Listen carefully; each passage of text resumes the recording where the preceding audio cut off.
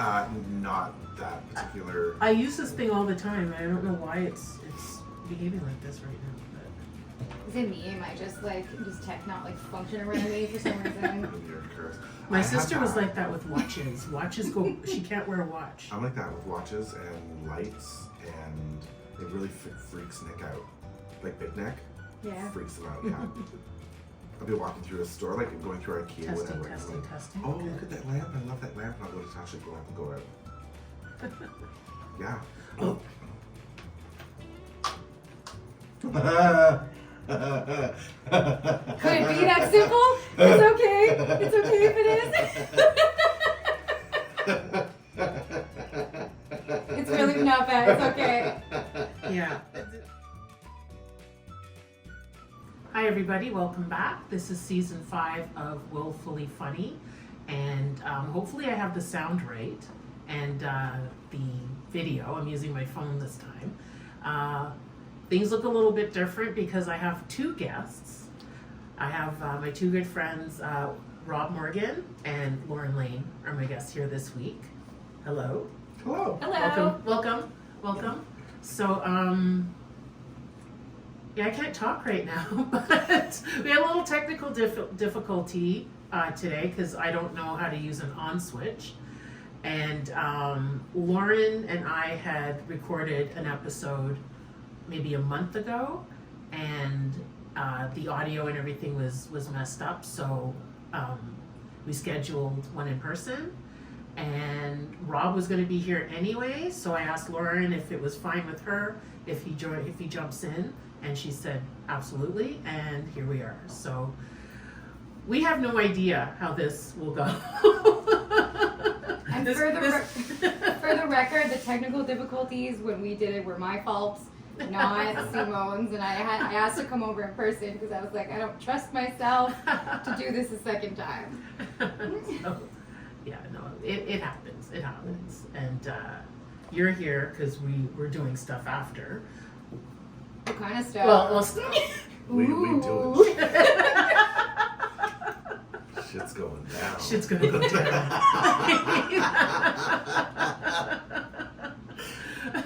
So full disclosure, we have beer here.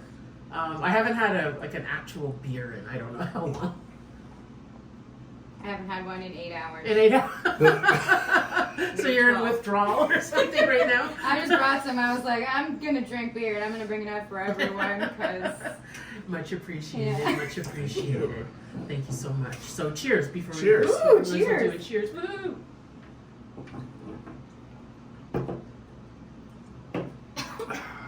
Okay, so we'll start this part as like the regular interview, since I had you on last time to interview you, and then I'll help break. So you'll be kind of, I guess, like my co-host sort of thing. Fantastic. You know, so nothing's off. You be Whoopi and I'll be Joy. Okay. I'm already regretting it. This will be interesting for sure. So, how long, Lauren? How long have you been involved in comedy? When did you start your? Just over a year. So I started doing comedy classes with Pierre Bro in March of last year. And so that was the first 6 weeks, and I feel like that was I was up on stage and telling jokes technically and working on it. But then my first set wasn't until June 29th, which was with you at Clock Tower. Oh, right. Yes, because Oh yes, that's when I met you. that's right. Because I unfortunately didn't get to do my showcase because I had a family issue at the time. Yes. And then a couple of months went by because it was a bit of a dramatic thing. We lost my husband's dad, so Oh, comedy just wasn't on the brain for a while. And then Rob was like, okay, well, you missed your first set, and doing your first set at just a random open mic is not something that you should do. So Rob was like, why don't you come to Pints and Punchlines? And I remember I was like, okay, I really appreciate that you're gonna let me do my first set there. You wouldn't let me bomb, right? And Rob goes, no, I would. I just want you to be able to do your first set a full room. Yeah, so I told people, I was like, no, it's good. My friend's hosting. They're like, he wouldn't let you bomb. No, he would. He would. Yes, he would. That's how you learn. Yes, but I did bomb. I did well. You did did really very well. well, I yeah. didn't realize that was your first. I appreciate that was that. your first show. And then I went and bombed at Poor Boy. So. But I think it's important that the first time you do it should be in a, like, ideally it would have been at your showcase, because it's it's in a comedy club, and it's usually full, and it's like a warm, friendly space. But if that's not possible, I think the closest thing would still be like, if not in a formal comedy club setting, at least in a structured comedy show environment. Right. Exactly. You It was know? a professional show. Yes. Yeah. Christina Muehlberger opened for us, I remember, and she was very funny. Yeah, she's and hilarious. then they stuck, and then like you went after me, so they stuck me between like actual comics. It was good. Tavis opened, and because you were there, I have a beautiful video of like Tavis introducing me. Oh, This yes. is her first set, and then I get the video of the whole set. It's really nice. It was a really great way to start. Yeah. And then I bombed at open mics all summer. And I'm getting a little better now. You're getting getting Yeah, really you're good. good. Thank you. You're getting very well, very good. Because I didn't realize that last year, like it was end of June, was your first time. Because I knew I hadn't seen you before. Because I was like, I don't know that face. Just because there's so few women Yeah, that you usually notice. you'll notice a new woman or a new woman face sort of thing.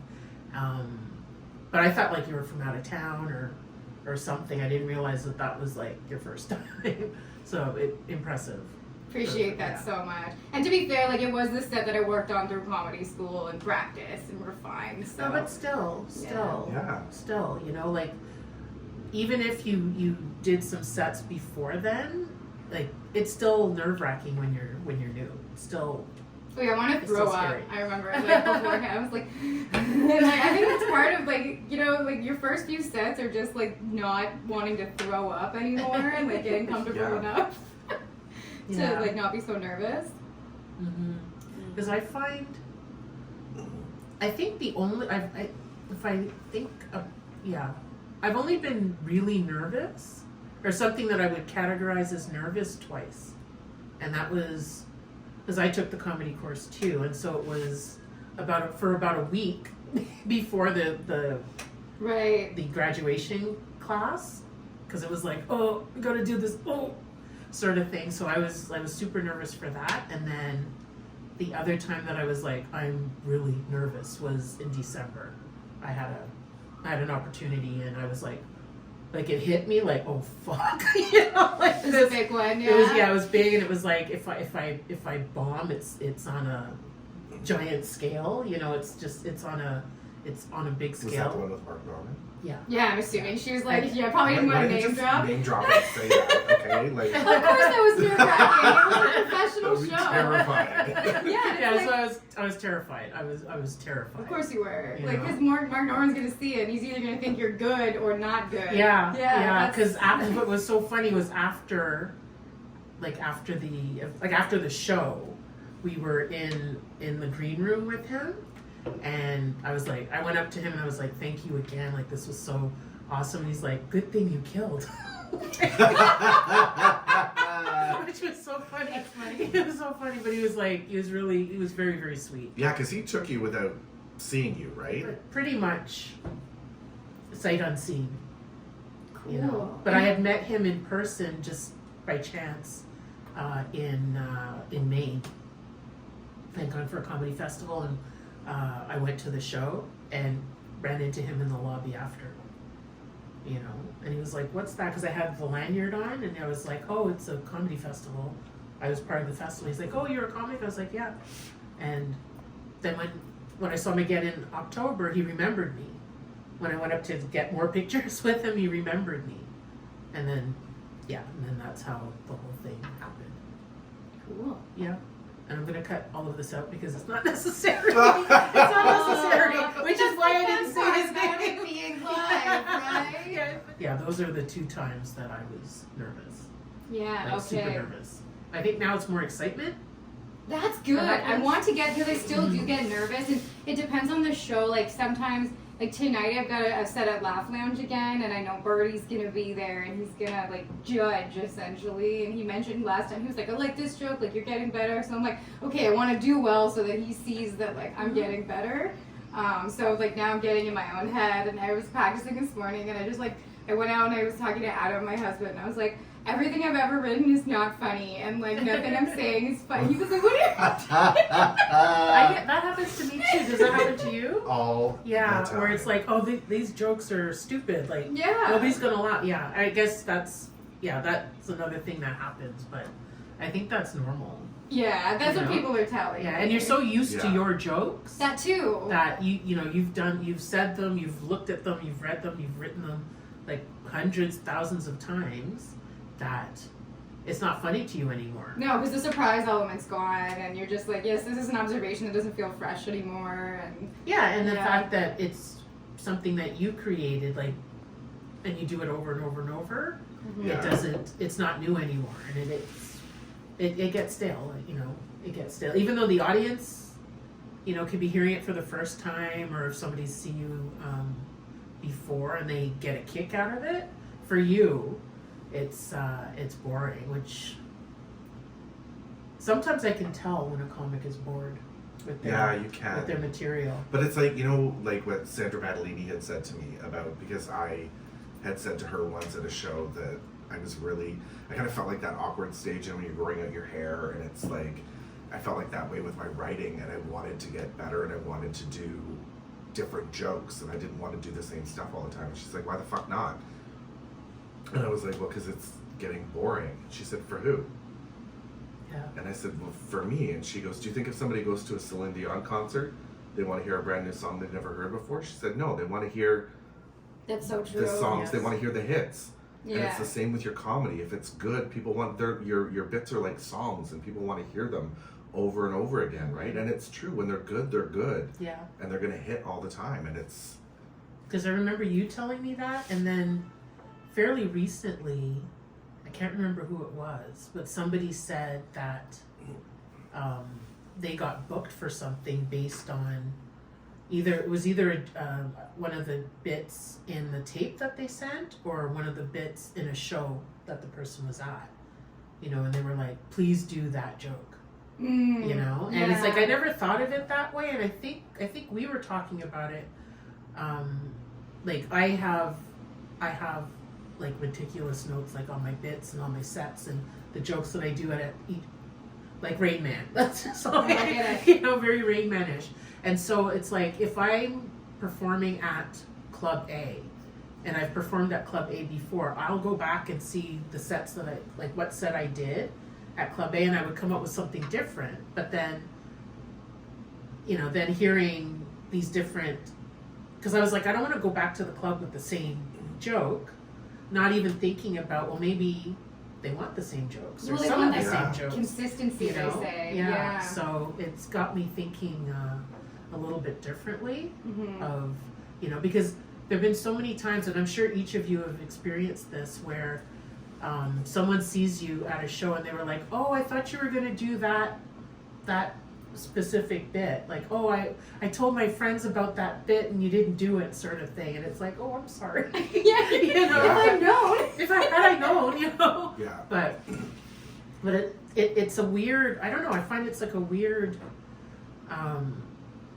it's a weird line, because you want to, we're supposed to be like writing and coming up with new stuff and everything, but at the same time still doing the same stuff. Like, I can't make that make sense sometimes.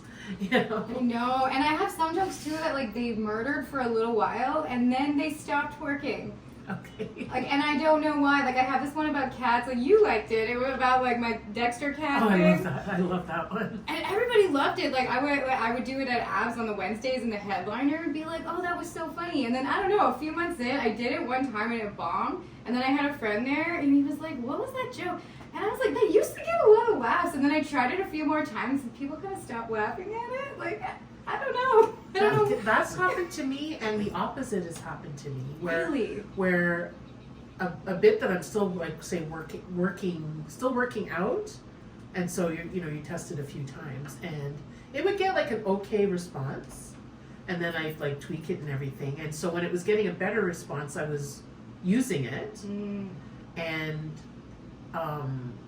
then I stopped it for I don't know, maybe a month or two, and came back to it, and it kills every single time now, which is, and I didn't do that much change to it, but whatever I did, Fixed it. Yeah, It there's worked. sometimes even just the tiniest little change, and it could be just a little pause. Yeah. It could be taking one word and putting it somewhere else. It could be like just the subtlest change, and Yes. somehow it just creates magic, and then Right. Because it wasn't a whole okay joke structural. becomes amazing. Exactly, because it's not like they're jokes that I've completely overhauled, because it's like it's not working this way, so it's like a complete overhaul.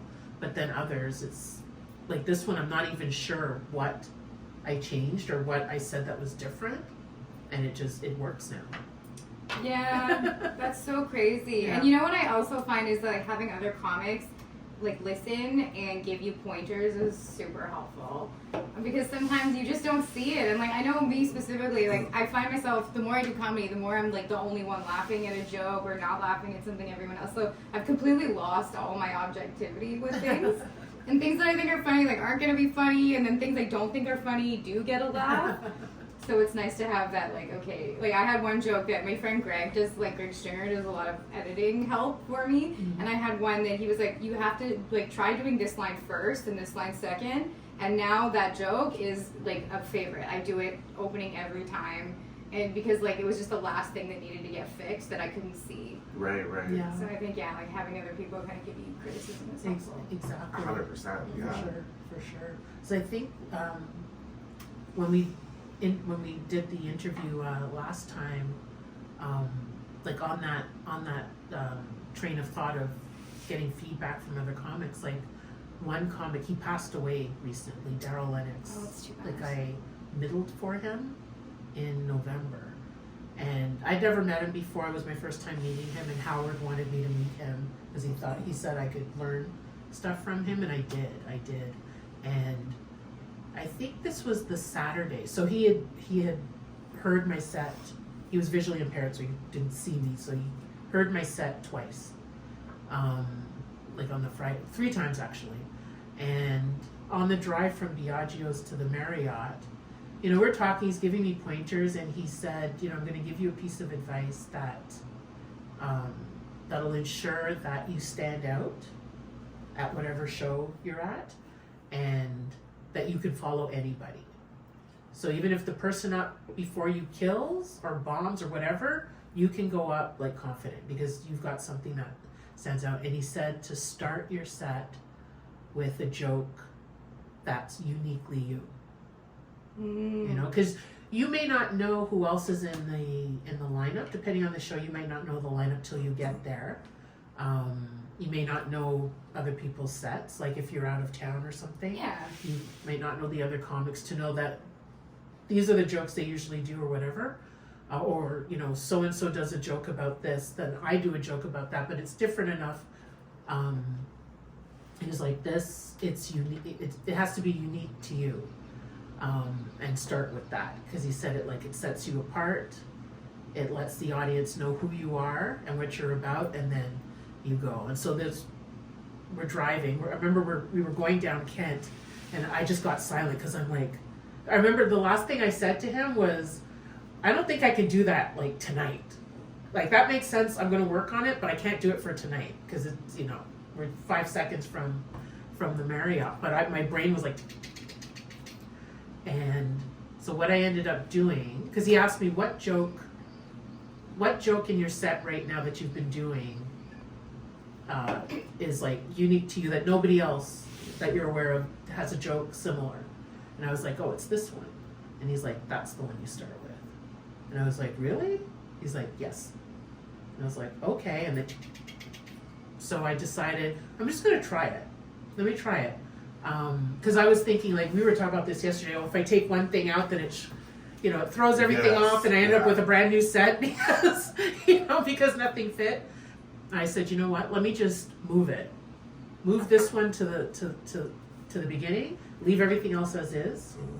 I think I took one joke. I think I took out my original opener out, and then just that was the only change, and it was like instant, like the change, even like my own posture and everything, my own. Yeah, it just everything changed, and it's like you got the people right away, got them laughing right away, and then got them like, oh, this is interesting. I can't even describe it properly. Like I sound like demented right now, but I can't even describe it. So No, it's like helpful, and I bet a lot of comics watch this, so I think that's like good to know. Yeah, it was like I tell everybody, when when we're talking comedy and stuff, I tell them what he told me because it made a huge difference. That, and he didn't tell me this. I can't remember who told me this, but they said to slow down. Whatever speed you think you're talking at, slow it down. If you think you're talking at a good pace, slow it down. And that's made a big impact as well. That's a lot of good tips. Yeah. What's the best advice you've gotten so far? I don't want to say best. Like I've gotten so much good advice. I mean, honestly, recording your sets and watching them back. I know, like that's so hard for people to do, and I completely get why. But I am known for that. I know, but like, I do it, and it really does help. does And help. even it's like It do it helps. all the time. And if you're not in a headspace tomorrow where you can listen to it, like just like get in one, and then also just rip the Band-Aid off, watch it. And I find after the first few times, I got over it very quickly. Yes. And it really is so helpful, especially if people get in your head, because I remember this one comic, I thought my joke was too close to his, and I asked him, I was like, hey, like, what about this joke? Like, do you think it's too close to your joke that you do? He was like, no, but I still wouldn't do it because it's a bad joke. I mean, He was fucking with you. yeah, I know he was, but like, it's like Asshole. in my little head, I was just like, oh my god, is it a bad joke? And then I listened to my tapes. I was like, no, people have laughed at it. I have my tapes. When people do stuff like that, they're trying to I mess know, with you. Yeah. and that's just it too. And I talked to somebody else about it, and they were like, "Oh, he was fucking with you. Like, you can't be so easy to fuck with." Because I think that's something I've learned too in my first year is that like I'm used to government employee. Me too. It's like, and, oh, like, they wouldn't lead me astray. no, I like guess they would. They female will. friends too that like support each other. It's just a very different environment. Yes, I've had to yes. grow a thicker skin quickly. Yes. Yes. Yeah. Because there was something I was thinking about when you were talking about that. With the recording video. Like since the start, I have my very first set, and every single set, whether it's online or whatever. And the first little bit, like you said, it's hard to watch. Especially you're not used to hearing your own voice. You're not used to seeing yourself on camera, and so the first little bit, it's like. But you get used to it. Yeah. Like exactly. I know what my voice sounds like. I know what I look like on camera. Unfortunately, I know sort of thing. But I'm at the stage now, or it's been like this for a while, that I can't wait to watch it because for me that's the real assessment. Because something happens on stage where it's like you're not out of body, but. Like I know that what I'm hearing and experiencing isn't the same perspective as someone in the audience watching. Yeah. So it's like I might think or hear that, oh, this bit didn't work as well as it did, or this one went really well, but the proof is in the video. Always. Yes, it worked well. Data. No, it didn't work well. Exactly. Data, facts and everything. So I usually. Like you can tell when you've done really well, and you can tell when you've done badly, but sometimes you haven't done as badly as you think, and you weren't as good as you think. Yeah, too, it's at the same that's time. short. At the same time, you're It's like, so I killed, true. and you were like, you were okay. Yeah. You were Calm your fine. tits. You were fine. Calm down. That's what I think that's a good way to measure, and yeah. So it's like he saw me get kind of squirrely when one time I think Nick was like, I don't think you can record tonight, we're packed. And I was like, okay. Okay, and I gave him my phone. I was like, here, take my phone, please, record me with my phone. Like it's a sickness now. It's an illness. Well, it's obsessed, yeah, because you're like, what's the point of even doing this stuff? Like, you get the data. Yeah. Why can't you even think exactly? What's the point? You're messing with my data collection. Exactly, and it's just like I need to assess it for myself. Yeah. That's just me and my weirdness, but I need to assess it for myself and be like, okay, that was all right, or oh, that did suck, or whatever it is, you know, like, because I've already got like a thing in my mind, and when I'm driving home, it's like, oh, I forgot to say this, oh, I left out that. Oh my god. We're all super critical of ourselves, so yeah. it's like, oh, I should, and then you don't realize, you forget that, no, I had a good set. The audience doesn't know that you forgot a line. Exactly. They don't know. Yeah. They don't know. Yeah. So. I feel like I'm talking too much. I'm just like, what do we want to talk about next? I don't know. What's the next question for me? What goals do you have? What goals do I have? Where do you see yourself? Yeah, I was in 5 about to years? say. Obviously, If you were a a tree, what kind of Netflix tree would you be? No, okay. What goals? I like to set little goals rather than big ones. Because like the first step was get on stage once and see if I actually like it, because I was drawn to comedy as something I had to do, not something I wanted to do. And I've told Rob this before, but like Rob got into it and then he brought us out because we've been friends for like over a decade. He's been friends with my husband for a very long time. So he brought us to a show and I was watching. I remember I was watching Christina Muehlberger, and because she's a woman and she's got like that perspective, I was able to kind of see myself in her a little. Mm-hmm. And I was like, maybe I could do that. And then the more I thought about it, the more it just dawned on me. But like not in a good way, and I was like, oh my god, I think I want to try this. Like, no, like, come oh, on, no. girl. No, you don't need that in your life. And I was like, oh no, I want it. And it was just like, I wanted it. And so like once I was able to admit it to myself, I asked Rob, I was like, okay, Rob, I think I want to try this. Like, what do I do? And he was like, that's amazing. You take the class to get started, because it's so daunting. Like the first few steps. Oh, Yeah. for sure. And the for class sure. like really helped me like get out of that, because I can remember it said in the little advert, like, you're gonna tell your first joke on stage tonight, and the concept of that terrified me. Yeah, you mean like the first class? The first class. Yes. You're gonna have one joke and then you're gonna say it on stage, which now like just doesn't seem like a big deal at all, but at the time it was terrifying. Yeah. Oh yeah, because sorry. No, it's okay. It just like it really just helped me like shake off the fear. Yeah. You know? Oh my god. Yeah, because what I was gonna say was I remember the first class because I took Pierre's class as well. I took it in August. I think it started mid-August because our showcase was like end of September, and the same thing when we got to the classroom. I remember looking around, and when our class started, there were I think 15 or 16 people, and by the time the showcase happened, we were like 6.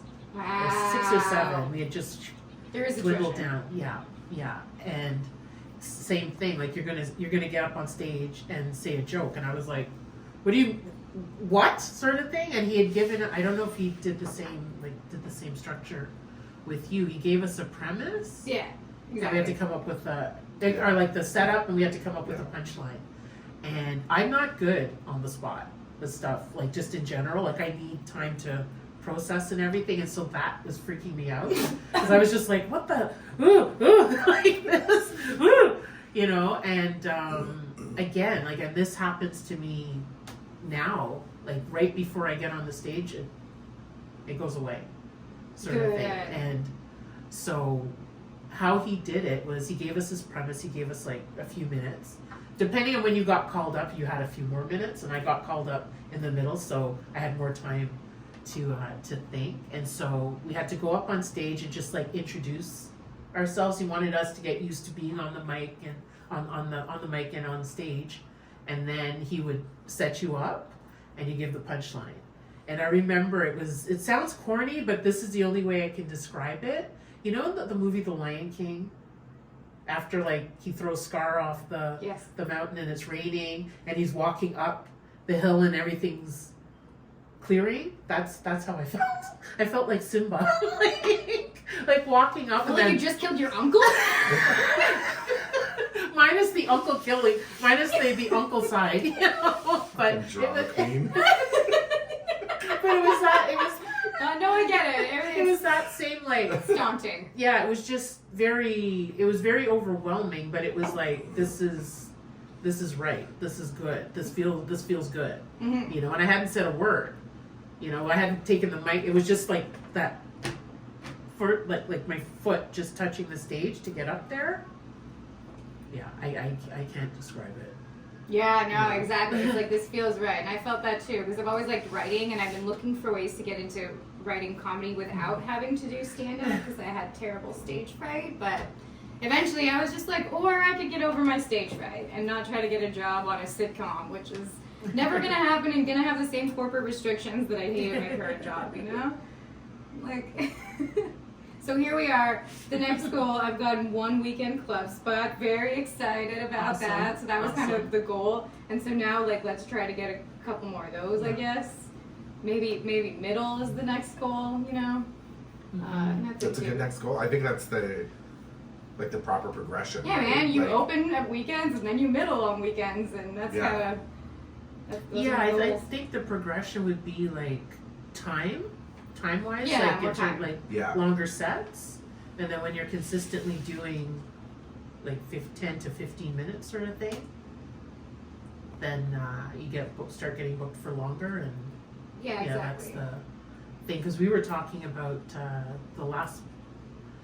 we talk about it often, just how I remember the first time I was to do 15 minutes, like how I struggled and like talking as slow as I thought I could, and still clocked in at like 12 and a half minutes or something. And it was at Yuck Yucks, and Howard was like, if somebody books you, like, advice, you know, if somebody books you for X amount of time, you have to do that time.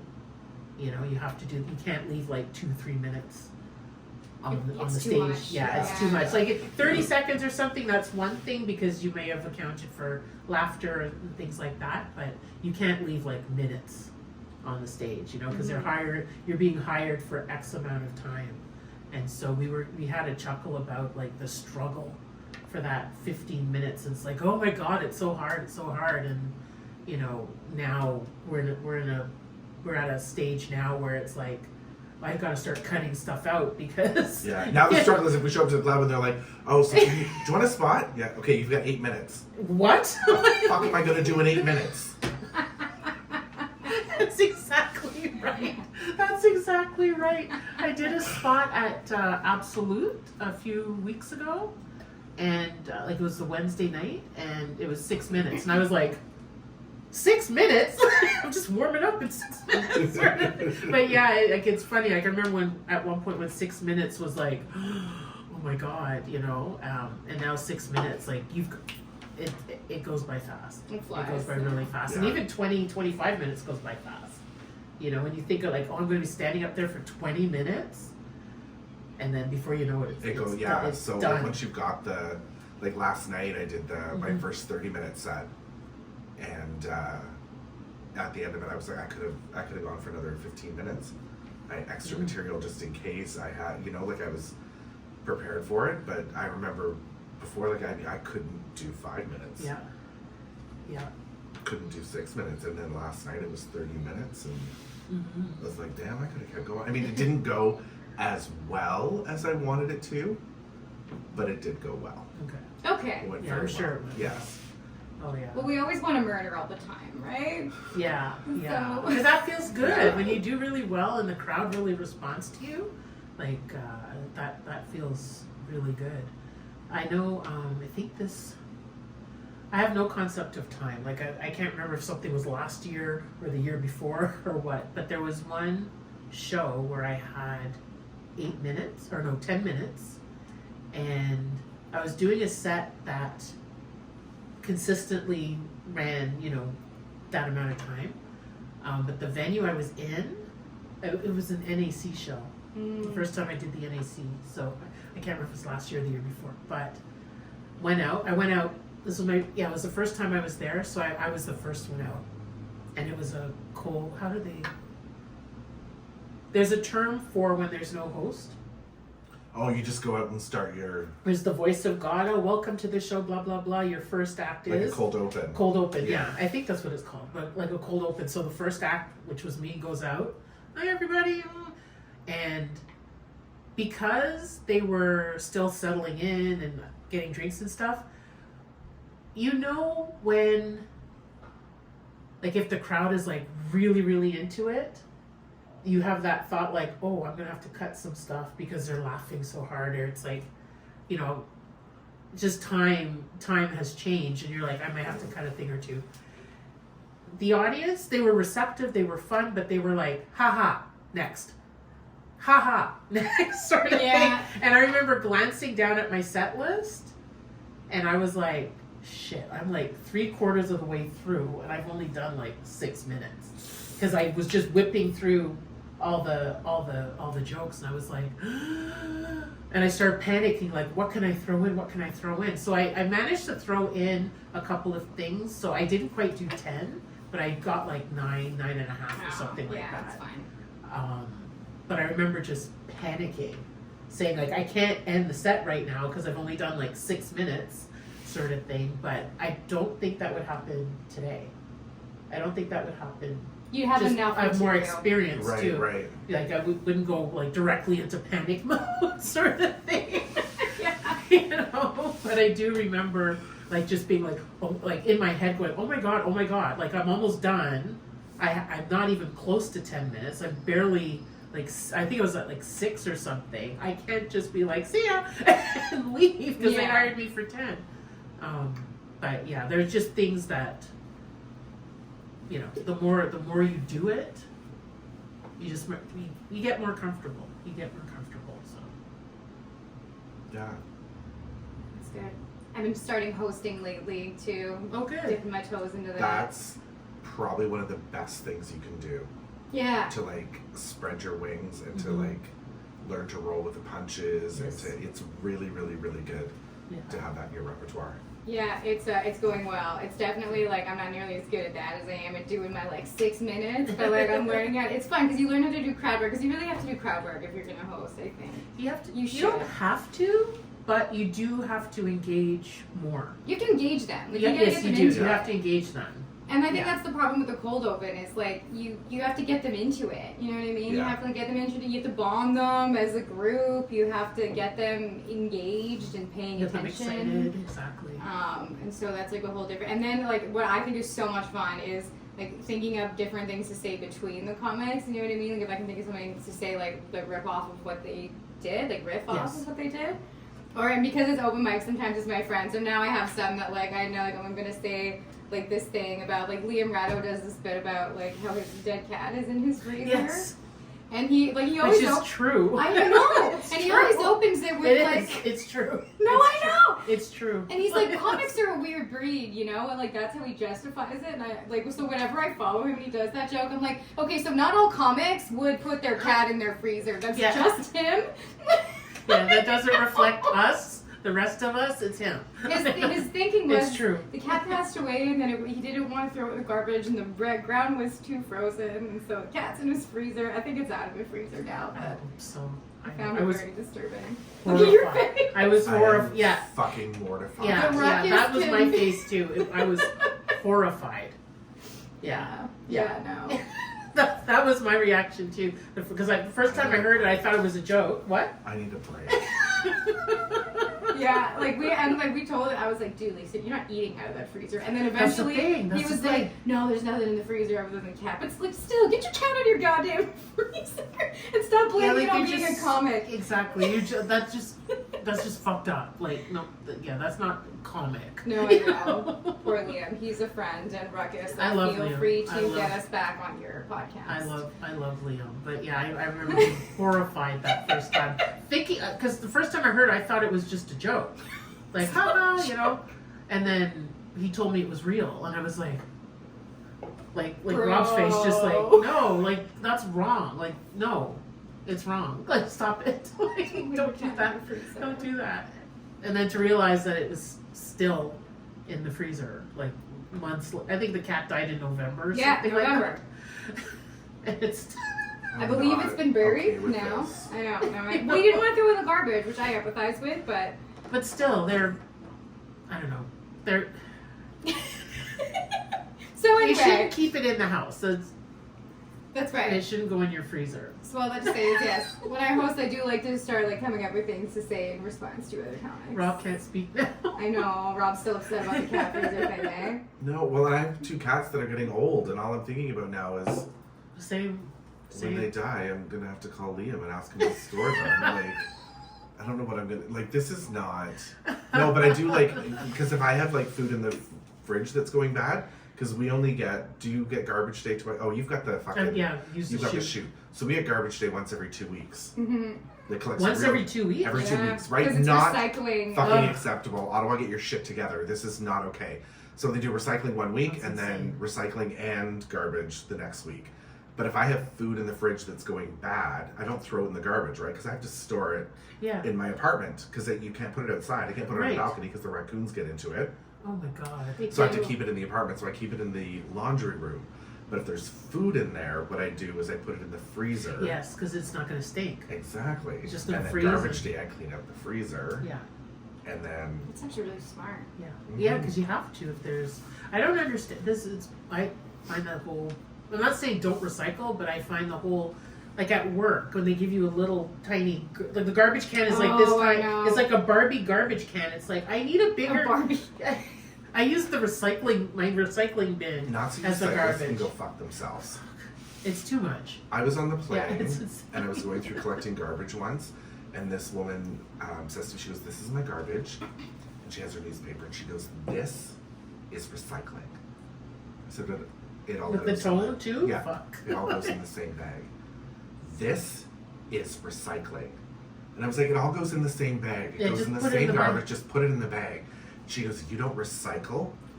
And I was like, "Okay, so a couple things here. First of all, this isn't me. Yes. I'm Yes. not the one not recycling. It's the Toronto Pearson International Airport that doesn't recycle, and at the time they had no recycling program at all. Right. Everything just went in the garbage." I said, "Second of all, I myself, I don't recycle. I don't give a shit. I just do what I can. Yeah. Don't use single-use plastic. I do. You know, Yeah. I try to do my part, whatever." And then I said, "With all due respect, man, if recycling was that important to you, don't buy the fucking paper. Yes. Read it online. Read your news online like I do. Like, you're giving me shit for a problem that you've You caused. exactly, because if you didn't, Fuck off." exactly. Ooh, if you no, got I the know. digital version, Right? you wouldn't be having that conversation. No, this whole forcing people by just not providing the service, I don't think works too. Because I think like right now, my husband and I is fine, and we compost as best we can. But when I was a kid and we were a family of 5, like fuck off with that. Like we need Oh, garbage yeah. every week. Like come on. Like my parents weren't going to be like, oh, paper, oh, rinse this out because you can't, even though it's recyclable, you've got to remove all these things. Can't have staples. Like my parents Yeah. would have been like, I don't No. have time. Like fuck this, you Right. know. I do not have time for this, you know. Yeah, and meanwhile, like the gigantic companies are creating it all, and you know what I mean. It's just like, why is this on me now? Yeah. Oh my god. It's the same as how like those government buildings they won't like put parking in. Like you know the one on Blair, they got an award because they didn't put in enough parking because it's like more green. But they're like the bus doesn't really go there that well. And it's like a 20-minute walk, which in January, February Yeah, is you don't want to do that walk. no. And also if you've got kids that you're trying to drop off, like just taking transit isn't reasonable. And so now there's just not enough parking for everybody. Yeah, and that's the thing. Like it usually causes different problems. It's Yeah. like, yeah, sure, it's green, but you know, you're driving around more, or you're using more resources to try and compensate for the lack of parking. You know, Things we're pissed off with that. Yeah, we're pissed off. We don't like it. We don't like it. Like the most I would do. There's going to be a knock on my door on Monday from the city. You're going to arrest me, sort of thing. Is like, say, I'll break down boxes.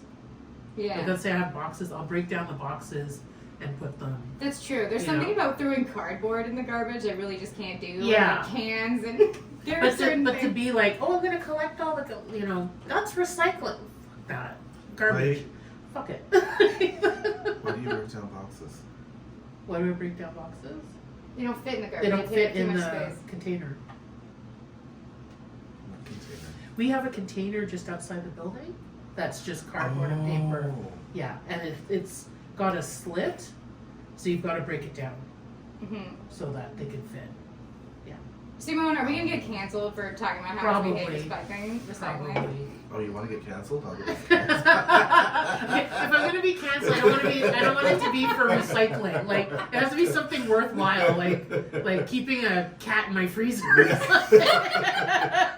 love you, Liam. I love you, Liam. Liam knows I love him. I want to be canceled for something worthwhile, you know? Yeah, that's Something fair. that's like, yeah, I got canceled for that. Not like, Worth it. I Now, put a can in the garbage. damn, recycling's a pain in the ass. Hey, what are your comedy goals, Rob? My comedy goals are within a year to be headlining, and then Headlining at a club. Headlining at a club, yeah. I want to do like a mini tour within the next 2 to 3 years, and then I want to record an album, and then I'm going to go after this, a Netflix or Prime or Crave special. I'm going to do everything in my fucking power to make it happen. You're gonna really do it, eh? Good. Yeah. How do you do it? What are the steps? Well, I think there's several steps. Getting noticed is one of them. Networking is probably another big part of it, but having a professionally filmed, because from my understanding, the way that they do it is you produce, you would produce the whole thing. Yeah, you do it yourself first, Yeah. and then you shop it to the networks. And then you give it to them. Yeah, They that makes watch it, sense. and then they decide if they want to buy it or not. Yeah. And then afterwards, they'll be like, "Oh, we want to do another special with you," and then they'll produce the whole Yes. thing, and then it becomes like an actual. And then you're Taylor Tomlinson. Yes. Or whoever you want to be. Yeah. Not Taylor Thomas. Although I do love her. Oh yeah. Yeah. Yeah, because that's been the trend that it's you do it yourself and you shop it to the networks, Yeah. and then they decide yes or no, and like you said, after a while they'll buy it.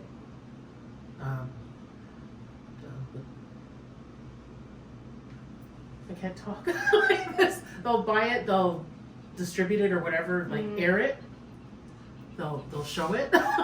Probably see engagement, like did enough people Yeah. watch it. Yeah. But they'll buy it for a certain price, and then depending on the reaction that they get, you'll get more. Interesting. Yeah. And then now, so my writing right now, I'm really starting to. I want to move towards my story Ooh. and my life, right? Because I have a very, very colored. You past. do, with your whole, you were a preacher and kicked I out was of a the preacher. I church. was a prostitute. I was a drag queen. I didn't know that. I was homeless. Wow. I was kidnapped. I was I've been through. Kidnapped? I grew up openly gay in Cold Lake, Alberta. Yeah, I was kidnapped. when Will I you was tell 19 us years you old. want to kidnap the story? You're sorry, tell us the kidnap story. Right now, no. No? Alright, Because okay. it's a very long story. Okay. But I want to be able to take that stuff and weave it and build a story and put comedy into it, right? Because comedy is essentially I get my sense of humor from my mom and dad. My mom and dad are two of the funniest people I've ever met in my entire life. Mm-hmm. And they've been through a lot of shit, and they've used comedy and humor to navigate through that, and to soften the blow a little bit. And I find it's a powerful tool. It is. Yeah. It is. It is. Yeah, because I know some of my stuff is based on stuff that's happened to me, and it's like you said, you use. I've always used humor to process trauma, sort of thing. I didn't realize that that's what I was doing before I became a comic. Though it was something would happen, and my first instinct was, I guess you would call it what's the silver lining, sort of thing. Yeah. What's the positive or something. I for as long as I can remember, that's what I would do. Some sort of trauma would happen, and my first instinct in trying to process it, trying to get through it, was what could make this funny, what's the silver lining, that sort of thing, to help myself make it make sense, even though some of the things made zero sense. But in order to be able to function, sometimes you need to. And it's not a matter of like making light of the situation. It's just a matter of, you know, I need to process this somehow. I don't know what this is, but I need to understand it. Yeah. You know? And people want to hear that. People want to hear your story. You know what I mean? They don't want to hear generic. Yeah. Waka waka waka. You know. Yeah, they want to hear jokes only you can tell. Exactly. Yes. Exactly. Yes. Yeah. Yes. Yeah. Stuff only you can tell, and that is completely like unique to you, sort of thing. Like something that is based in truth. You know, that it's not. I don't think any of us are the type of comics that like make up stuff. I think a lot of our work is based in truth.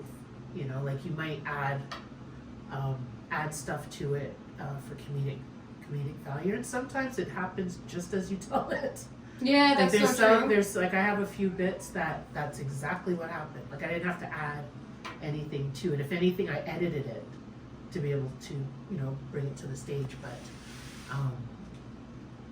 yeah, and I think that's pretty powerful when you can take something that's like deeply personal and present it to the masses. You know, if you're comfortable doing, if you're comfortable, like I was having this conversation with someone the other day, and we were just saying that not everything you don't have to bring everything to the stage. You know, there's some things I've heard, and I've heard people talk about, and it's like, that would be an awesome bit. Like, have you considered, you know, making a bit out of that? And no, I'm not ready or whatever. And that's totally fine. That's totally fair. But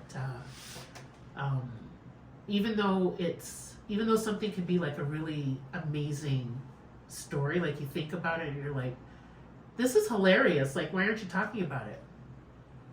People have their reasons for not talking about certain things, and maybe they will one day, maybe they won't. But you know, not everything is. It's not meant just because we're comics and that's what we do. It doesn't mean that everything we experience has to show up in our act at some point. Oh, of course, yeah. You get to choose what you show. I do find though, like as a newer comic, sometimes like I'll try to work through something and like make it funny that was sad, and then people don't laugh. Like I haven't made it funny yet. Like I thought it was funny the way I presented it, and then you're like, oh, that's not funny. You just feel bad. And so sometimes I'm still definitely like learning how to make it funny. And I think that's a newer comic thing. I think that's a yeah. Because I've had that too, where you think it's hilarious, and the audience is like, oh, yeah. Yeah. There's nothing worse than an and it's like, no, it's okay, I'm fine.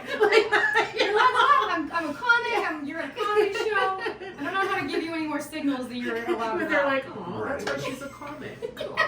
You know, like, I know. But yeah. That'll come. With time. But that's happened to me too, where they're just like, because I don't know about you guys, but the last thing I want to hear is if I'm doing like a more personal bit, is to have someone go, oh. That's literally the worst. It's the worst thing. That's how I got a tag. I started throwing in a tag, and the first time he heard it, and the first time Nick heard it, they were like, holy fuck. Like, the one about my mom. Like, when I go, do you think I'm pathetic? And I say, oh yeah. And my mom said, yeah. I used to hear, aww, or like, oh, something. And I was like, for months, I would just keep going, sort of thing. Or I'd say it's okay. But I was like, it bothers me because I just didn't like that. It's supposed to be funny. And I didn't like that response. And then just spontaneously one day, I was like, when they were like, oh, and I was like, it's okay, she's dead. Yeah, I remember. I'm like, whoa. I remember laughing very hard at that. Yeah. It's okay, it's okay, she's dead. Because the fact that she's dead isn't funny. It's just the way you say it. Yeah. Like, because that's way worse than thinking you're pathetic. That's the funny part. And the thing is, like, I had I was very, very close to my mom. Mm-hmm. She would have loved that. Yeah. She would have loved it. you know, and I think that's why I can do it. Right. Because I'm not disrespecting her. Like, No. she would find it funny. She would find it hilarious, sort of thing. And so that made it okay for me to say it. But yeah, I got tired of like, oh, sort of thing, because it's like, no, that's not how you're supposed to respond. Hi, Who's kitty. Hi, kitty cat. Oh, everybody loves the Hi, cat. Boo Boo. Boo has made an appearance on the That's good. podcast. Hi, baby. Good girl. Look at you. Look at you. Showing the world your butthole. Yeah. Cats This is love my doing cat's that. butthole. I've been there, sweetie. Sometimes you gotta pay the bills. Right? She's all sleepy too. Yeah. But no, I think it's important to have like like just in life in general, to have like purpose and goals, because you need something to strive for, to Yeah. work towards. You know, Yeah. it's important. Yeah, It's super true. important. You know, have some kind of direction and stuff. What so far has, for both of you, what's been so far, what's been your best experience and or your worst experience with stand-up so far? Do you have an easy one for that, so you can go first? Oh, best experience, hands down, Natalia's Her sex positive yeah, show. Those are good. The first time I did that was the first time I realized, and I think at this point I was 2 years in, and it was the first time I could officially say, like, I murdered, like, I smashed it. It was such a good set. It was such a strong set. The way the crowd responded. These are my people, right? They're a Yes. bunch of fucking perverts, and yeah, it just resonated with them. It's such a great time. It was the first time I got off stage, and I never felt so good and so confident. That actually shifted something in my brain, where I was more confident on stage going forward from that. The worst was another venue. I don't want to name it at all, but the show was an hour late getting started. An hour? An hour. It was actually over an hour unacceptable. late getting started. It was in the dead of summer. There was no air conditioning. Oh, I know which I one you're was talking about. featuring, and by the time I got on stage, the people had been sitting there for almost 3 hours in this sweltering heat, They're hot and they're pissed. Yeah, and they miserable. just wanted to leave, Oh, Yeah. and it was so hard. Yeah. It was horrible. Yeah, I did that show with Wafik, and I was like, did I bomb? No. Like, was that my first official bomb? And he was like, no, that was, everybody was just so Yeah. uncomfortable. Nobody wanted to be Yeah. here. It's in new hands, and it's running better. Yes. Yes. Yes. Yes, I know exactly. Yeah, it's in new hands. It's under, that show is under same venue, but it's under different management, a different producer, and it runs on time. So if anyone's figuring it out, don't worry. I'm not I going heard the to same right? thing too. Like, I heard the same thing too, and I was scheduled on that show, I think maybe 2 weeks after you, like shortly after, and they actually canceled the show because the AC still wasn't working. It was literally, it was torture. Yeah, and it was they actual were like, torture. they shut the That's thing good. down. Yeah, Because people don't which is like, what they should have done with his show too. You know, Yeah. because that's dangerous. Yeah. It's dangerous. well, it is, yeah. You can pass out, and like it's getting hotter on the hot days, and it's Yeah. just like, I'm here to have fun. Like, Yeah, it's and I not hear- school or work. Like, I'm paying you money. Like, this is supposed to be an Exactly. experience that's good, Yeah. and you're torturing me. Yeah, exactly. You're Yeah. miserable from the heat. Like, Am I in 6th grade again, where you're yelling at me? Like, there's a fan, you're fine.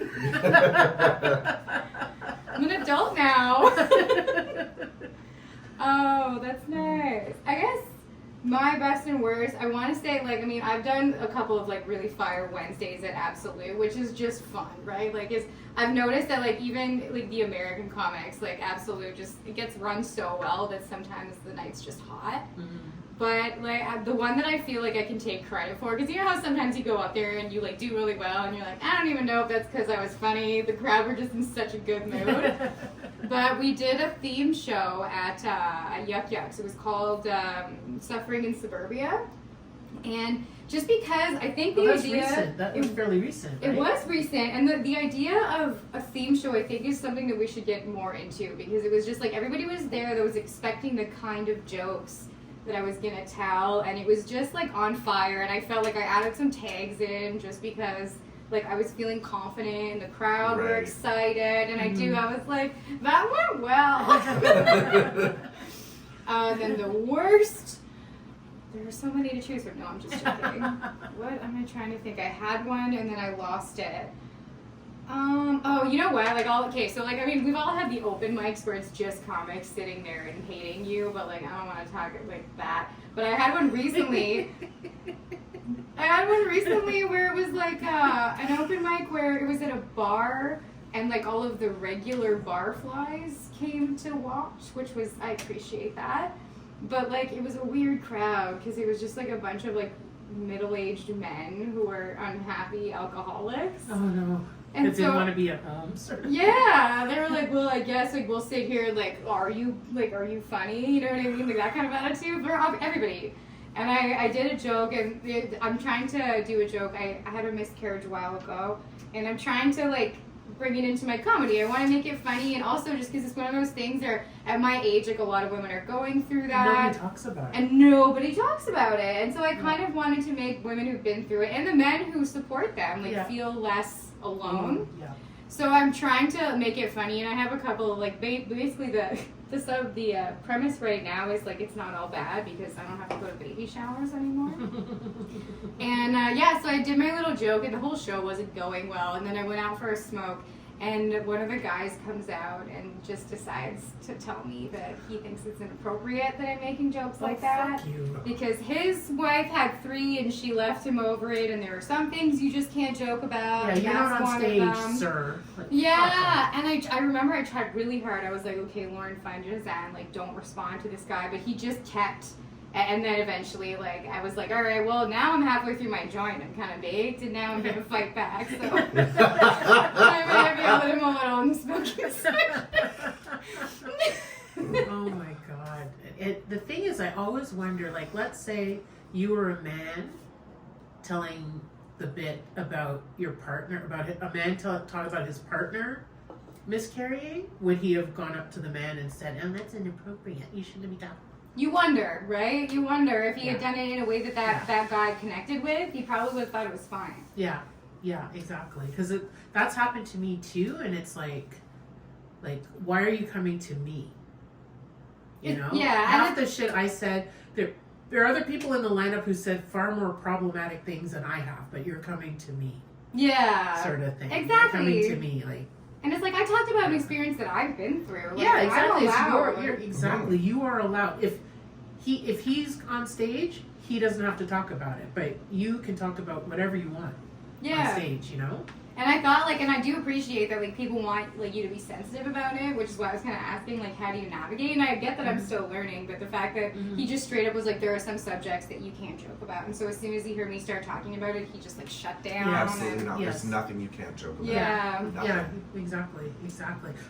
Like, that being said, I do feel that, you know, part of the ability and the right to say whatever you want on stage, that comes with responsibility. Like, you have to be it able does. to accept backlash. If you say something that inflames people, that really upsets people or angers people, you have the right to say it. Yeah. But then part of that right is accepting the blowback. No, it's so that true. happens with it, you And know? it felt a little bit like a coming of age moment in comedy. I was like, ooh, my first person I pissed off. Like, okay, fair enough. The joke is obviously, you know, like if you're still in pain over it, I'll have to workshop it. But yeah. But I hate sometimes it. people just don't want to hear. How do I explain it? Like a few weeks ago, I was in. Is it Westport? Past Carlton Place. Yeah. Past, it's about 45 minutes past Carlton Place, and I did my turtles joke. And there was a table. Like, I was the only person of color for like 100 kilometers, I think. Yeah, it'll happen in rural Canada. You know, and there was a table of people. They were kind of rude already, sort of thing. And like the leader guy, and they were all like my age, like in their late 40s, 50s sort of thing. And like the de facto leader, I think was the retired police chief or something. And you could tell just the mannerism, he's a bully. This guy's just has been a bully his whole life and probably became a police officer to be a professional bully. You know, so all his minions at the table are like deferring to him. And we were, our comics table, we were sitting just to, like, we were here, their table was there. And he's just muttering under his breath the whole time, no matter what was being said. And so sometimes, like, when I'm at a show, like, I'll assess, like, okay, this crowd is into these jokes, or they're into that joke, or I'll bring this in, I'll take that out, whatever. And I was like, no, I'm gonna do this fucking turtle joke. I'm doing it. I don't give a fuck. I'm doing it. This man got mad. He got mad. I remember looking at him and like sort of pausing, waiting for him to say something. But he did that moving around like, oh, I'm gonna leave. And I was like, please leave so I can like chirp you on the way out sort of thing. But he didn't. And like he just glared at me. Because that joke comes in like maybe turtles? The first. Yeah, he hates turtles. You know, I hate turtles. But what? Yeah, because that joke I think came in maybe within the first 5 minutes of my set, and so he had to glare at me for the next 15. Oh wow! You know, but it's a lot of work for him. Yeah, it was a lot of work for him. But yeah, like that's more like people are. I find with me at least, people are less likely to come up to me and say something. They're more likely to either glare at me from the audience or just ignore me completely. You know, just like not even acknowledge. You know, like in the audience, I see people shut down. I step up and they're like, it's usually a man. It's usually men that are doing that. So it's just like, oh, fuck this. You know?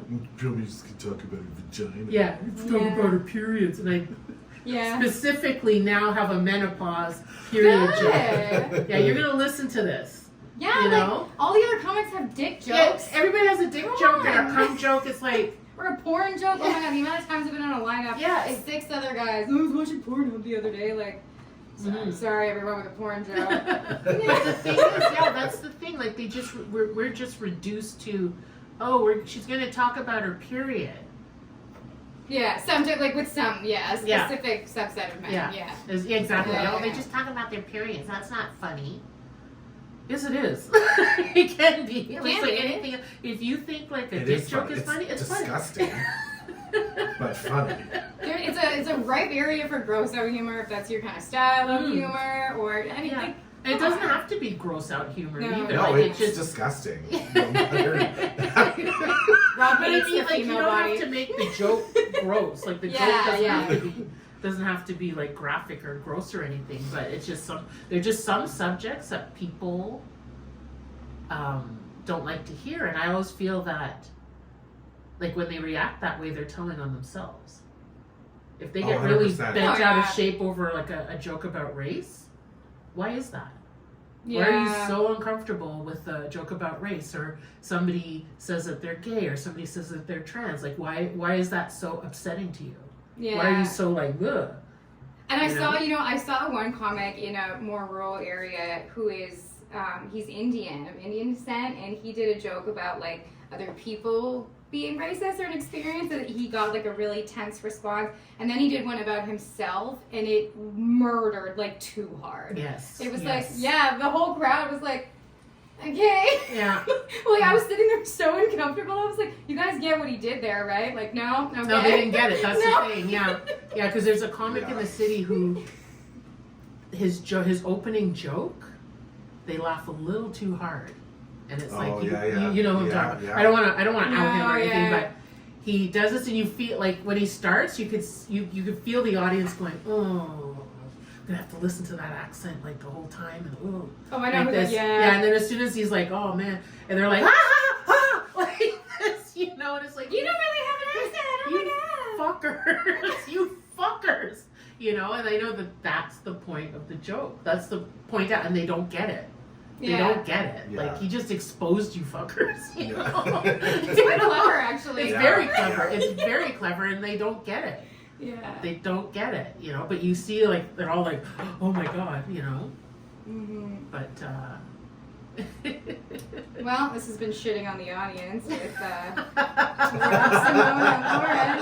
Yeah, some of this might get edited. But, you know, some of this might. Sometimes I'm never one to blame the audience. Yes. Yeah, you can't Yes. do that. Sometimes The like audience with is that racist. show I did in Quillon, In Creole? Oh, yes, yes, yes. 300 people, and I would say 95% of the guys that were there were wearing snowsuit. That was the outfit. I don't understand. They were wearing snowsuits. They rode their snowmobiles to the show. Oh. They're all drinking quarts of 50. It was the most redneck place I've ever been.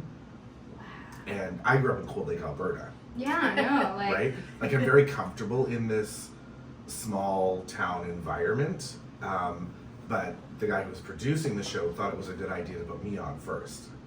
And I said, "You want to put the screaming fucking homo on stage first? I'm going to stand on stage and talk about sucking dick for 20 minutes in front of these people, and you think that's okay? Mhm. You don't think you should put the bi guy on first to maybe warm them up a them little bit? Yeah. Like, so it's, give them a little bit of lube so it doesn't hurt It doesn't so hurt much. so much. yeah. But no, and then after the show, there wasn't one person in there that would look me in the eye, and I got called a faggot and like Oh, all sorts of yeah. stuff. That's Which I think it's funny when people do that because I'm like, really, that's That's Dude, the best that's you your can come up. insult, yeah. that's what you. Yeah. I get it. You're just upset that you can't be gay because you are. And you think Yeah, it's I'm wrong. working on a bit now. I need to get this done somehow. But there was a study done by, I have to find out who it was. But basically what they did was they took like a cuff and they put it on guys' cocks Oh my god, that sounds so. and then they made them watch porn. But they took like normal guys and then they took homophobic guys. But then they would flash gay porn in there as well. And the homophobic guys, the band stretched much farther. Oh, yes. Of course, Because like Than the he doth non-homophobic protest guys. too much. exactly. Yes. It's so He obvious. doth protest too much, Mhm. exactly. If And- someone's super homophobic, You Yeah. just telling on yourself, exactly, baby. you're telling on yourself. Oh my Yeah. god. Let's do another shot of tequila and I'll get you back in the dumpster. Oh my god. I thought you were gonna say the show we did a few weeks ago when we drove out. Oh with the my audience. God, no! What happened? It was Southside all over again. Yes, because you don't want to blame. Most times, it's not the audience. Mm-hmm. 99% of the time, it's not. But the even audience. then, in that show, it wasn't the audience. No. It was the guy who owned the venue. Yes, who it was- forced yes, these yes. 12 people Yes, to sit yeah. in the front that didn't come to a comedy Yes. show. They specifically said, "We're not here." It was somebody's birthday, I think. Yeah. But they were a group of like 12 to 15 people. There was a table for 12 to 15 people right smack in the center in the middle. The reservation that had it didn't show or something like that. And the manager or owner, whoever he is, put these people there. It's like, "Oh, there's a comedy show, you can sit here." And they're like, "We're not here for comedy."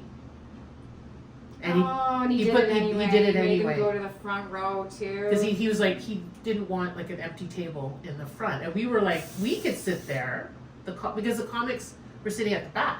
Yeah. Like there were two sections, we were sitting in the back. So we could have gone and sat there, or having an empty table would have been better. 100%. Then people that don't want to be there, yeah, like I understand the temptation, but like They they did even not. said like we don't want to be here for a show, Yeah. let alone sit in the front row. Yeah, you Yeah. tell them like and what they were. they spoke very, very loudly throughout. But it was almost like they were like, "Oh no, this asshole put us here. We're going to prove a point. Yeah. Like, we're Yeah. going to ruin your entire show." Which they did. And they did, yeah. Except for you and I. Yeah, we because lasted by too long yeah, and they had left but they had already left right because at that point. That's too bad. yeah, because they were there and it was so bad. Because at one point I was sitting like on the side where the show was at the back near the door, and I couldn't hear with the comics. I couldn't hear the comics on stage because they were taught that table was so freaking loud you couldn't hear, and then the tables around they can't hear, so they're just having conversations with themselves. The best part though, when they leave during Peter. Peter was on stage. Peter's on stage and he's still doing his set, and they're paying their bills and get up to leave, and Simone's like, right here, like from you and I to them, and she's like, "Oh yeah, sure. Talk through the entire show and then just get up and fucking leave." I was mad. I was livid. I was so pissed off because I was like, it's rude. It was so fucking rude. You know, and like somebody's on stage still performing and they did not give a fuck. Because we've all been in this situation where we've been at a show at a pub or something and it's like comedy by ambush. Mm-hmm. You know, where people are like, oh, I didn't know there was a comedy show here. They don't want to be there, but because they're civilized human beings, they'll be quiet during the show, and they could be plotting their escape or whatever. Yeah. But they're going to be discreet, and when the person's finished talking, that's when they slip out and leave. These people did not give a fuck. They were talking super loud, ignoring everybody, and then just. At that one point, like Luke is literally. Luke's just getting, like he's talking directly to them. He started screaming. And just kept getting louder and louder and louder. And even at one point, he was just like, just screaming his set on stage.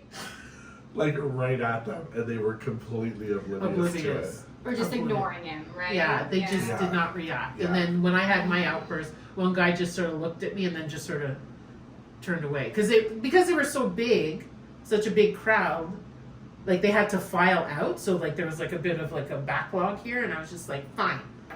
Fuckers. Get out. And it was just, it was terrible. Yeah. I remember I went to see, I can't remember, it was at the comic strip in Edmonton.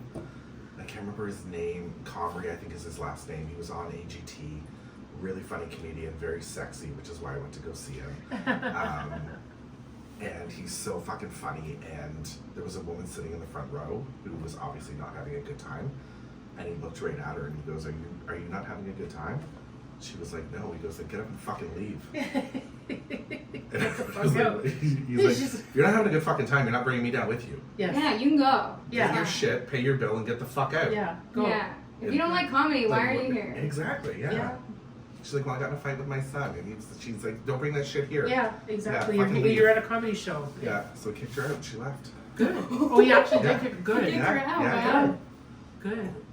Yeah, we all enjoyed the show. I remember 2 years ago, and this was when things were just opening up, and because people had like businesses and restaurants had been so slammed before, like you're hesitant to kick people out, because already you're open, but you're open at like a third of the capacity or whatever, and so this was like more than 2 years ago because Yuck Yucks was still at Elgin Street. They hadn't moved yet. And we were behind the plexiglass and, the spacing. And there was this family. It was parents and two daughters. The daughters were in their 20s, so grown people. They were right up at the stage, right up at front, and talked the whole fucking time. Just bap, bap, bap, bap, bap, chirping people. And I remember it was Ashley and Mitch were the managers, and they would go up and talk to them. Like ask them to settle down, like don't talk sort of thing, but they didn't care. They didn't give a fuck sort of thing. And ordinarily, like if like in regular times, if they were that bad, they'd probably be asked to leave and sort of thing. But or a comic would be like, get the fuck out, shut up and get out and everything. But nobody wanted to do that just because they're buying drinks and they're shelling out money, but just because you're shelling out money doesn't mean you get to be a dick, sort of thing. And the video, like I film everything, so my video, like I went at myself because I'm doing my thing, and usually behind the plexiglass it's hard to hear, but I could hear them, and they're like, I just stopped and went, like this death stare sort of thing, and I was like, really, like this, and they wouldn't shut up. So this went on the whole show. I think another comic went up and said, like, shut the fuck up, like just shut the fuck up sort of thing. They stopped talking. No, they didn't stop talking. What happened was we're at the back of the room. There were these two women who were sitting on the other side of the stage. These two friends came in to watch the show. One of them came. So during the show, the two daughters got up. Oh, and before that, like, you know, people get all like mouthy and defensive. So somebody's up there going, "Oh, like, what do you do?" "I'm not allowed to talk," like that sort of thing. Yeah. "I'm not allowed to talk. I was told I can't talk." It's like, "Oh, you fucking bitch! I'm gonna kick you in the face." So that was going on. The two daughters get up and come to the back and start yelling at Ashley and Mitch about how dare they come and tell them to keep quiet, that, you know, they paid their money, they have a right to be here, and they can talk and do whatever the fuck they want. And Mitch and Ashley were like, "No, you can't.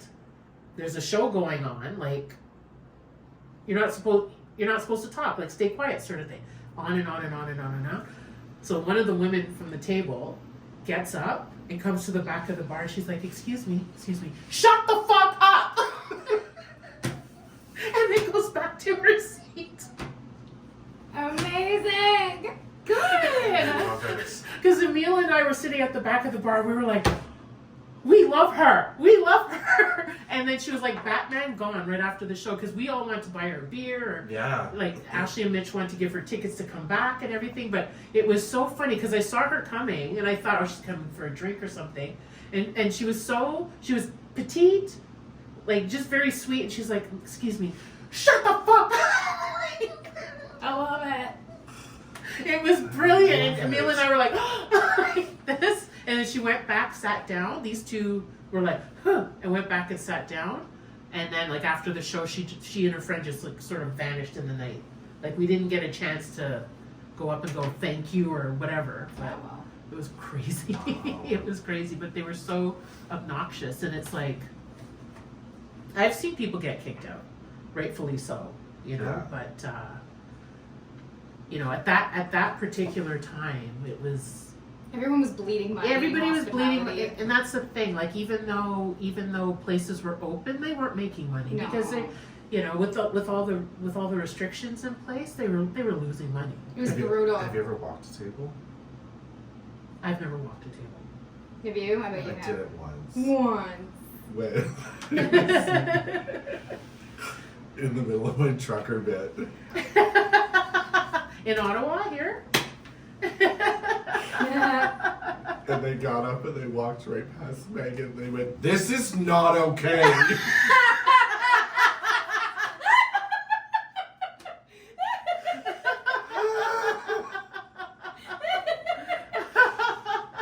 That brought me so much That's joy. so funny. I love it. That's so funny. But yeah, like, walking a table, when people use it like a flex, I don't think that's not a flex. That's not a good thing. I don't No, I don't think for But the, I mean, like, for in the this most in this situation, I think it was because Yeah, the garbage it's took a really itself out. yeah, it's a really funny fucking joke, and it's a great bit, and it's, everyone loves you know, that joke. yeah, like it's I mean, hands down I think one of my strongest ones, and to have people get up and get offended about me talking about suck. I mean, I'm a fucking homo. Of course, I'm gonna talk about sucking dick. Of course, like, of come course. on. Well, it's not even that, right? They're just mad that you're like hating on the trucker. Tomboy. Oh, I don't They even. probably I don't know if it supported was them. that or the dicks. Maybe it was the cum swallowing bit. Of that. Could have been that. But I find people get very like yee with certain things about sex. People get very uncomfortable. Which to me, I can't wrap with it. To me, it's the most bizarre thing. It is. Because we all fuck. Yes. The proof is in the. I mean, Yeah, we're here. We're here. Yeah, exactly. Everybody's fucking. And people who aren't fucking are thinking about fucking. Or they're watching porn, or they're jerking off, or masturbating, double clicking the mouse, you know, at the office, whatever. Like, it's everybody is doing it. It's such an innate part. It's no different to me than being hungry Yes. and eating. You know, it's just a different appetite, whatever. And people that have hang-ups about it, it absolutely fucking blows my mind. Yeah, I don't. because they react like it's some sort of taboo, like horrific thing. Like some would rather hear you talk about like illegal shit Yeah. and like laugh at that than like normal bodily reactions, like normal interactions with people. Then, you know, it's bizarre. Mhm. It is bizarre. Like the hang-ups. Oh yeah, Like, people have their just hang-ups. major hang-ups, you know, where people are like, "Ah," but it's crazy. I have to say, I think one of the craziest things that I've witnessed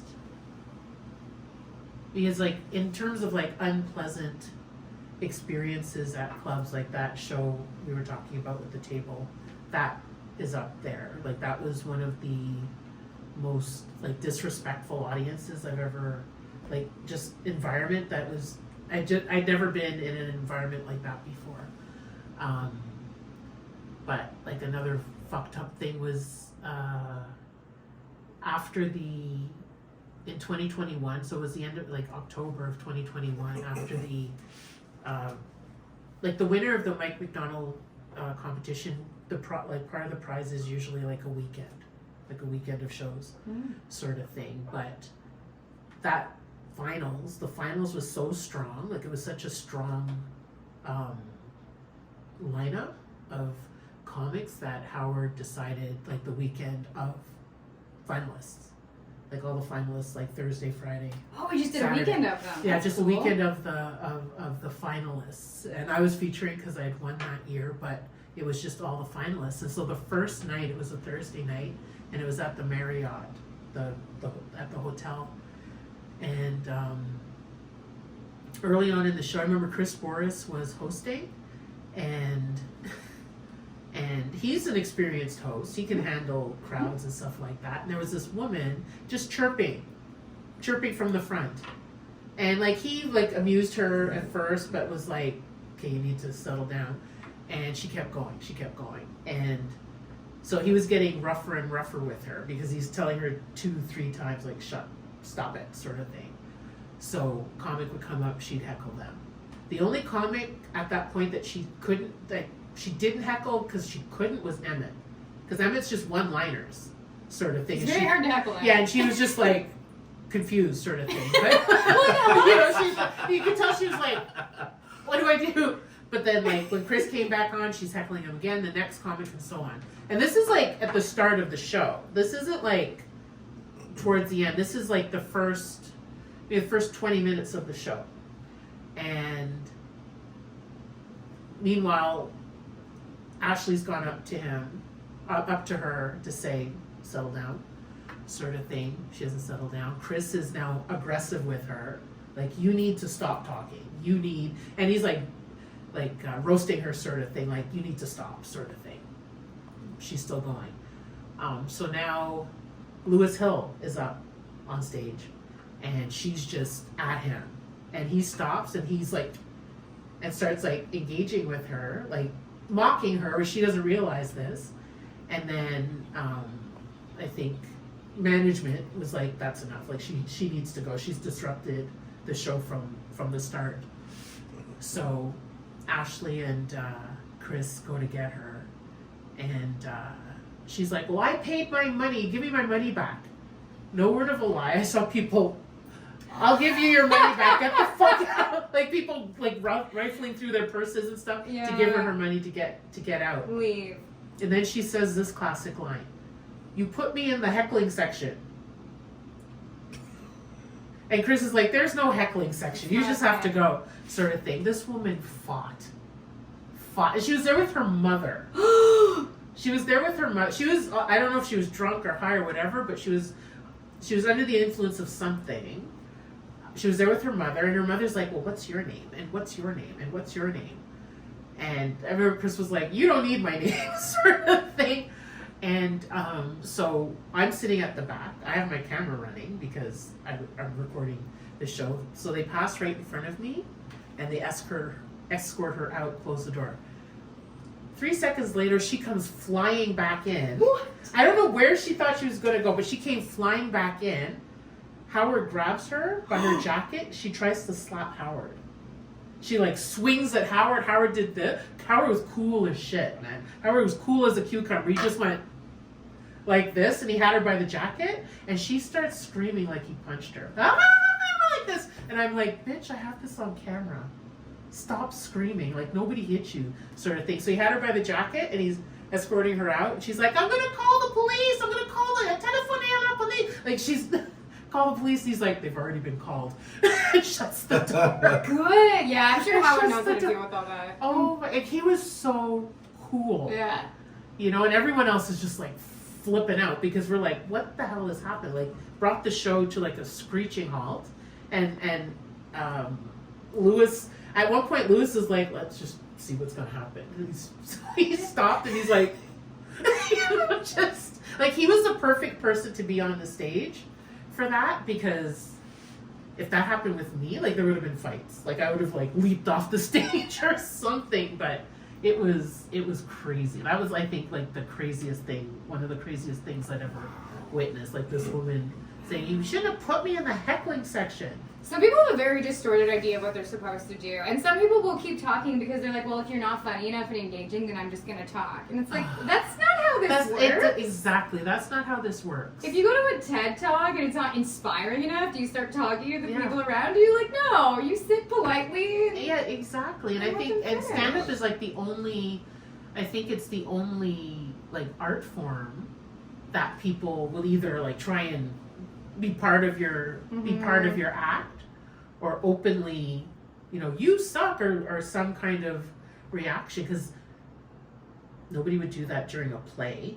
Yeah. Like, if you were doing like a dramatic thing or a musical or something, like, you could hate the play. You might be like, this doesn't sucks. happen as often, but it does. Does it? It does. Yeah, I have a friend who's performed on Broadway, and really, it's much more rare. Yeah, okay.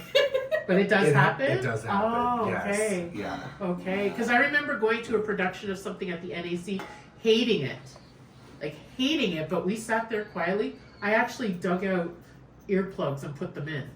Oh, wow. 'Cause that's how horrid the sound was. Like, the voices. Oh, no. But I wasn't like, you suck! You're off key! We just sat there. Like, I want to go It's home. a lot more, though, like, if it happens on Broadway, it's a bit more, the response from the audience is much more visceral. Because they didn't pay $20 to get it. No, it's they Broadway. Paid $400 or $500 for their tickets. You know what I mean? It's a very... And you expect a certain... very angry. Yes, and there's expectations at that level, for sure. But, yeah. And opera... Did you know an opera... So I used to... I'm not going to get into too much detail about this, but I used to date a woman a while back who was an opera singer. And she brought me to an opera showcase at Ottawa University, which has an amazing opera, like, classical music program. But this is information I should have had before I went to the show. Do you know, like, during an opera, you're not supposed to clap and cheer in between songs? I didn't know that. I've never Cheer, I been could to have one. figured out, but clapping, no. No, you have to wait till the end. Like the very end of the show. You don't clap at all. Did they tell you this at the beginning? No. They should. Nobody told me. I had no idea. So after the first song, I was like, yes! What the... You Fuck. dumb bitch. Everybody, like an auditorium full of 1,000 people, turned and looked at me like, what the fuck is this crazy guy doing? But it was an amazing performance. Yes. Because I've never gone to the opera, but I know at go to a musical. Yeah, people don't tend to clap in between, but like there's appreciation. Like if somebody's gone out and belted this wonderful tune, I've been in the audience where there's been like a spontaneous applause sort of thing, because it was like, this was magnificent. Like, this has to be appreciated. But I had no idea about the opera that it's like at the end. Apparently, like at the end of the opera, everybody then applauds and shows their appreciation. But you don't fucking do it. I had no idea. I would have been like, woo, woo, woo, woo, too. No, yeah. Oh my God. And I was excited because it was good. Yeah, I Oh bet. my God. Yeah. So what happened? Like, all these people turned and looked at Sherette grabbed me and yanked me down in my seat. And she was like, I probably shouldn't have said something before.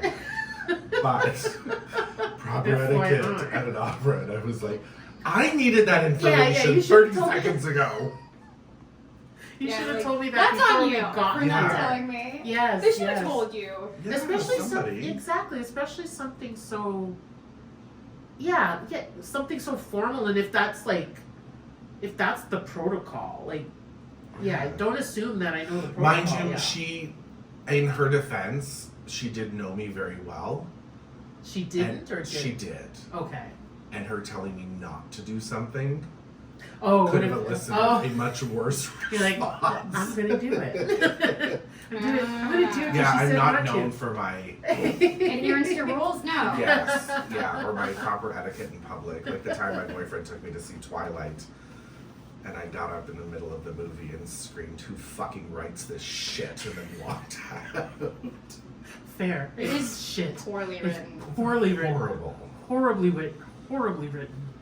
That and I tried to read like when it was like the hottest thing, like 50 Shades of Grey. Oh, that was like, yeah. That was I couldn't get. I got garbage. like 3 pages in, and I was like, "This is the most shit writing I've ever. I can't, you know, because it wasn't. I wasn't even like absorbing what was being said. I was like, this sentence is too long.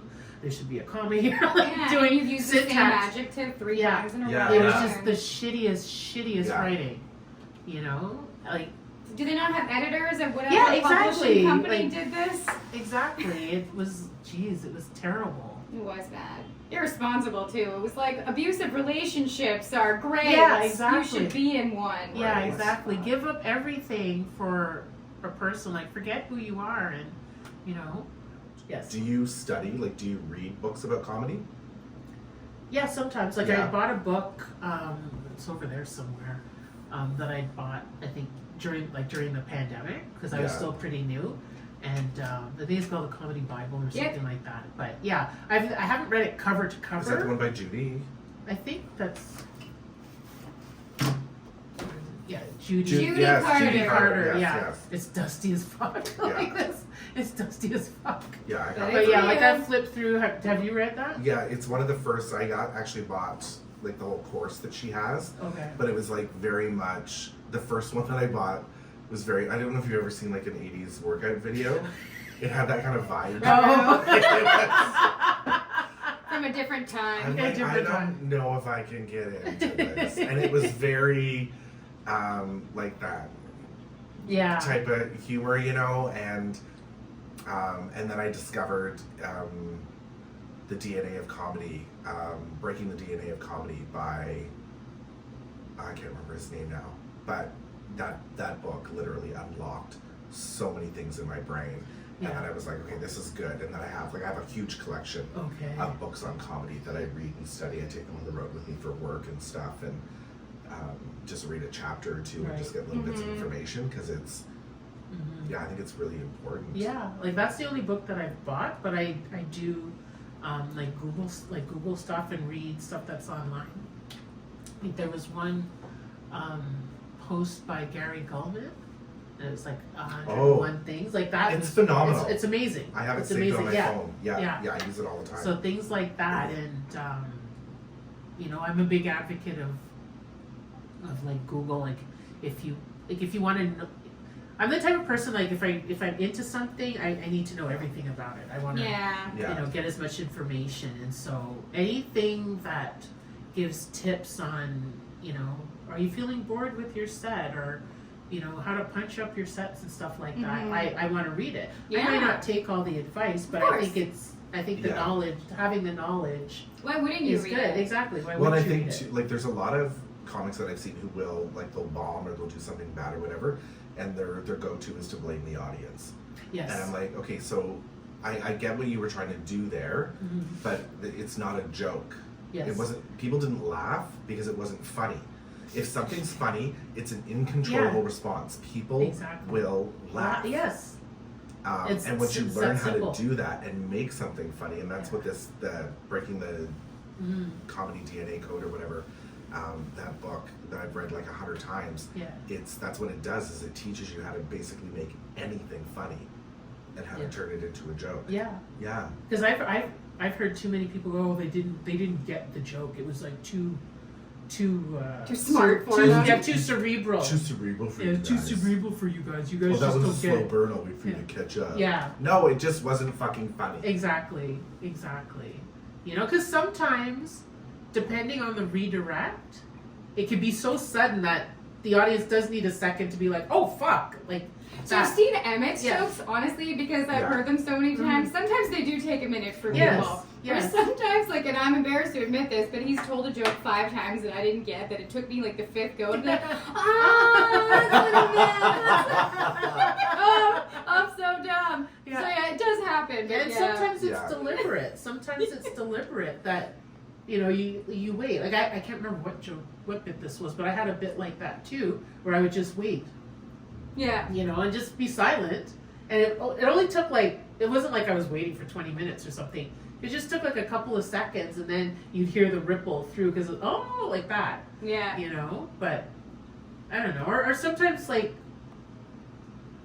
at the beginning, like a joke falling flat would freak me out.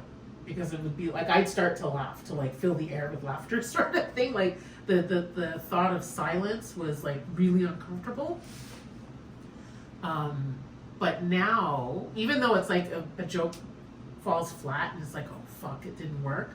But you have enough like confidence and experience to either just let it roll. Yeah. You either let it roll, or you make some little quip and that gets a laugh, and then you move on. Yeah, I found, like, from watching other comics, because I panic as well when Yes. that happens, or I don't get the laugh that I'm used to getting from a certain joke or whatever. I found from watching other comics that the best thing to do is acknowledge that it sucks, and then people will laugh. Yes, They exactly. love that. They They're love like, it. oh, You're you didn't like that one, acknowledging eh? Yeah, yeah. But in acknowledging it, you're not blaming them for not laughing. Exactly, yeah. You know, like it could be something as simple as like, okay, I think that needs more work, or something Yeah. like that. Yeah. But you're not being like, you guys didn't get it. You guys aren't smart. No, don't Sort of hate thing. on Yeah, don't them. hate on them. Like sometimes it's just as simple as like, back to the drawing board for that, or some Yeah. self-deprecating thing, And or the just thing something. is, like, a lot of people think the audiences are so much smarter than people even grab Yes. for. Yeah, And the of course audience they wants are. you to Really intelligent succeed. The people. audience isn't there. Oh, I hope this guy isn't funny. I hope this guy bombs. The audience No, they wants you laugh. to do well. The audience wants to laugh. So if they're not laughing, and they've paid money because they want to laugh, and if they're not Exactly. laughing, you haven't done your job right. Yeah. Yeah. No, it's You so know? true. That's And I have seen, like, I remember the first time I saw someone acknowledge it was Caesar, and he had, like, it was an open mic, and he had his little jokes, and he said one, and then no one laughed. He was like, all right, well, that one's new, I won't do that one again. He, like, crossed it out on the paper, and the way he did it was really funny. And I was like, ah, okay. well. There's a. I think I can't think of his name. I think his name is Dion Cole. His whole thing is he's standing at the mic, and he's got like a notepad, and he looks at it and he says a joke, and if they laugh, he goes. And if it doesn't, he's like, No, all right. like that's like part of his gimmick sort of thing. Mm-hmm. But I think, yeah, acknowledge, because not everything is going to hit. Not everything is going to hit the way you want it to hit. Not everything's going to hit the same way every single time. But blaming the audience isn't the way to go. It's not the audience. Never, no. It's not the audience. Especially Very rare circumstances is it the audience, but 99.999% of the time it's not them. Yeah. Yeah, and if this is the 3rd time in a row, it's the audience. If every time you hit the stage it's the Yeah. audience, you know? But Is isn't it yeah. them?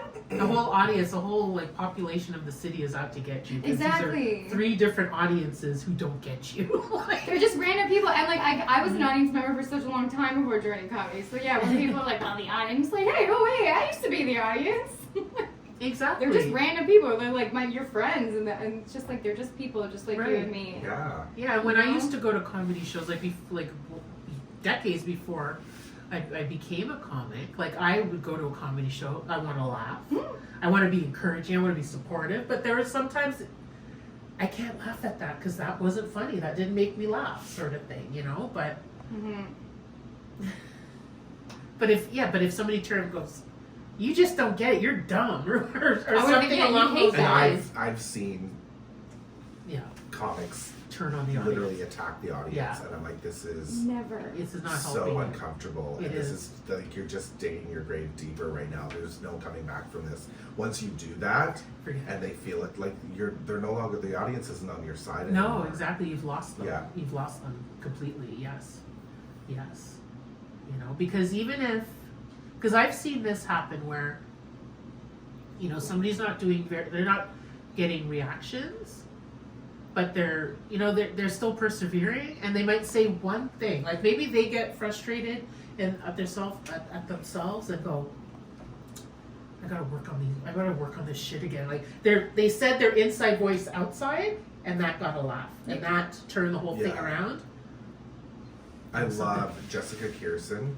Have you seen Jessica Kirsten? Old Jewish lady. One of the funniest comedians you'll ever see in your life. I can't even tell you how much I love and adore this woman. But she does this thing where she'll say something, and if somebody doesn't respond, she'll like literally turn around and lean against the wall, and she's like, all right, Jessica, just listen. Like, these people didn't even really come here to see you. They came here to see the headline. And anyway, you gotta work on yourself. Like, you just literally fucked your face with a bag of nachos before you got on stage. And now you're all gassy, so you're not like in your normal. And then she'll turn around and be like, all right. And then she'll like go right back into That's funny. I should look that up. Yeah, that's funny. Brilliant. She is brilliant. Oh my God, I think she's that's probably funny. one of the most underrated comics in the States right now. Yeah. She's so good. So good. So good. But yeah, there's just I think in terms of whether you're at a club or independent show and everything, it's us. It's us. It's not the audience. Yeah, it's great when the audience is responding to everything you say. It's great when the audience is engaged, where the room is packed and everyone's engaged. The room's not always packed. Not everyone is engaged. Like there are times where there are 12 people in the room, or there are 5 people in the room, or 100 people in the room. And I feel you've got to bring this, whatever energy you would like use in a packed house at a club or something. You've got to bring that same energy. Yeah. You can't be like, oh, there are only 12 people here, and we're at a pizza. Yeah, I find you can't do that. Yeah, like I hear people do that. The whole like, we're in a basement. It doesn't matter. It doesn't matter. This is just so and so. It's like no. And it's like, well, we're all choosing to be here tonight. Like I kind of get it, like roast the room, but also it's like, well, I mean, like, yeah, we're in a basement. You know what? This Yeah. is a real club. And I think you can create an atmosphere where, like, I wasn't there for the last Pints and Punchlines, where there was only 7 people in the audience. But apparently everybody that was there said it was great. They loved the show, right? And I love when you get on a stage like that. And I performed for the smallest was 4 people, the smallest audience. Yeah. But you can choose to be like, oh, this just like I'm not even gonna try because it's only 4 of you. Or you can be like, this is really special. Yeah. There's The 4 of you are here. There's only 5 of us that are going to experience this together right now. Like this moment in time is only happening for us. Yes. So this is really special. You know what I mean? Yeah. And if you can create that and lift that energy in that environment, I think it changes everything. It Then does. everybody has a good time. Oh, for sure. Because the thing is, bottom line, those 4 people paid money to come and see a show. Give them a show. Like we don't. We're hired to perform, and we need to perform whether the room is packed or whether there are 3 people in the room. Right. We need to perform to the same level. Great. And I've seen a lot of like, this doesn't matter. There are only 4 people. Who cares? Like, no, those 4 people took time out of their day. Well, and this is the thing too. Is like we are, like as a comic, as a semi-pro comic, I guess.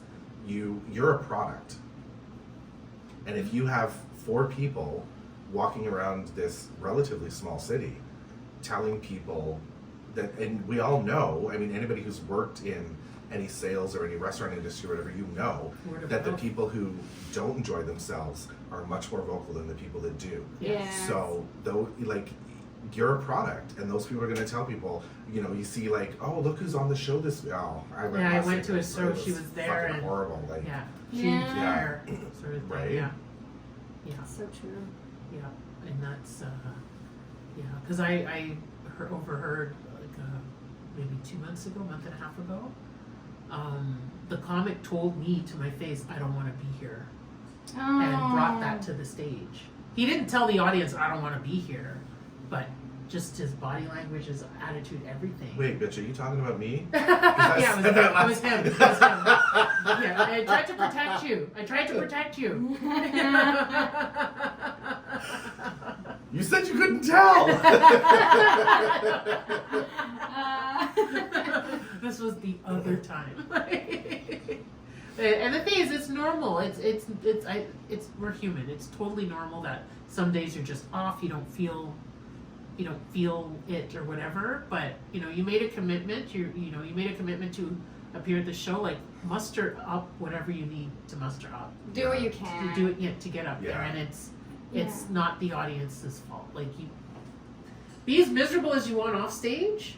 Turn it on stage, and then you can go back to misery when you get off the stage. Try not to spread it to the other comics. Oh, for sure, If you're a headliner, especially, like, be an example. I know that sounds so like this is the government worker in me. Like, no, but let's not dump our attitude on others. But it's important. Like, that's why like Howard would tell me all the time, go to pro shows, go to the shows, talk to the headliners, learn from them, watch them, because that's important. That's really important to see how to conduct yourself. You see a lot of like really cool things. Like, I've met some headliners who were amazing, and like in giving like helpful tips, or if not direct advice, like they're just leading by example. Yeah. With how they treat people around them, how they prepare, and how they engage with other people. And I haven't had this experience yet, but I know of people who've had horrible headliner experiences. Where the headliner was like really abrupt or rude or cold or whatever, like couldn't be bothered, and they're afraid to approach them to say anything because the headliner was like, "Don't fucking talk to me," sort of thing. I haven't had that experience. Yeah, neither have I. But I've known people who have, and it's all a learning experience. It is. We're still learning. We should always be learning and trying to get better. Yeah. We should always be. The moment I say I've learned everything, I'm done. That's the day I'm finished. I'm not doing it anymore. It's like it's done. It's done for me at that point. It's like I always think of think of people at the top of their game in whatever field, whether they're athletes or stuff. They can have like their greatest achievement, like winning the Stanley Cup or whatever the pinnacle is for them. And then that's hockey, right? Yeah. Yeah, hockey. Or whatever, like, pinnacle of success. The next day, they're back at practice. Yeah. They're back. Maybe, like, if they win the Stanley Cup, they party or whatever for a day or two. But then the next day, they're back. Yeah, I think working. they get laid a bunch. And Yeah, exactly. Yeah. But, yeah, people at that level, they're always improving. They're always trying to improve. Regardless of the achievements they've had, regardless of how, if they're regarded as like the greatest of all time or one of the best or whatever, they're still working. They keep working at their craft. Yeah, that makes sense. And yeah. So, well, this has been awesome. It has. This has been awesome. Thank you both so much for Thank coming you. here. Thank you for having us. Thank you for being here. No, this was a lot of fun, and I appreciate you both being here. And do you want to give your like social media handles in case anybody wants to follow you or see what you're up to next? Okay, sure. Follow me at Lauren Lane Comedy. I'm on TikTok. Instagram's the big one. And if this comes out before June 23rd, 24th, I'm doing my first club spot at Yuck Yuck's Piaggio's. Woohoo! Yay! What? It's very exciting for me, okay? Please come to the show. Yeah, this will probably be out like end of June. End of June. Yeah, Okay, end of July 13th then. I'll be there I think July it'll be- 13th. I think it'll be out before July 13th. Okay, July 13th, come see me at Yuck Yuck's Piaggio's. I'm going to be in a competition, so come laugh. Awesome. Oh, what is the date for that? Mine is July 13th, but it depends. Like when It you're. starts, I think, the I 6th. think It I'm starts off. early. You gonna come? Fuck yeah. Yeah, bring it. We can get course all I like am. Adam and like bring a bunch of people. Yeah, we'll bring all the boys. Oh my god, we'll bring everybody. It's gonna be and fun. support you. Yeah, and those shows usually sell out I was pretty told. quickly. Yeah, So like, yeah, they do. if you want to go, you buy tickets. Whether you're a comic or not, buy tickets to guarantee your seat. Yes. Okay. What about you? You want to do promo? I suck at self-promotion. What's your social Rob, media handle? I don't even know. I know I've got Rob Aaron Morgan on Instagram, but that's like a lot of photography, but I use it to promote comedy and then some other stuff as well. I don't know. I need to sort my shit Pints and out. Punchlines has its own Instagram account called Yes. Pints and Punchlines. Pints and Punchlines, Instagram and Facebook is probably the best, but even that, I'm so bad at updating it. I need an assistant. Actually, Jenna's gonna come work with Oh, me okay. to help me out with my social media stuff because, like, she's like, you have issues. We need to fix this. Yeah, you need to be able to promote your stuff. Right? I hate doing Yeah. it though. I know Nobody it's likes doing Yeah, it. it's a lot of work. It's a lot of I work. can name one comic who loves doing it. Most of us don't like Yeah, I don't like doing it either, but it's a necessary evil. I drop the ball a lot. Yeah. Well, thank you again. Thank Thank you. you again. You're welcome to come back anytime you want. And thank you for watching, and we'll see you next time. We'll see you next week then. Bye. Yeah, I was like, oh yeah, come back next week and the week after. We're coming back, bitch.